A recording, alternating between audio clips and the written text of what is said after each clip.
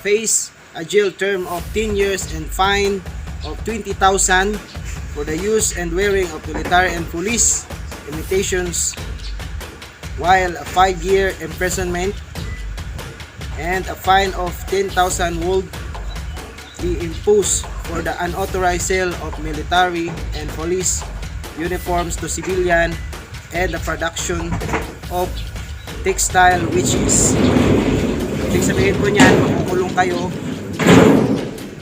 ng mga 10 taon at bumulta kayo ng 50,000 pesos. So iwasan na lang po natin na magsuot ng mga ganitong uniforme, lalo na yung sa babae na nakita namin dun sa wall niya, saka yung sa kumakalat niya sa social media ng Facebook.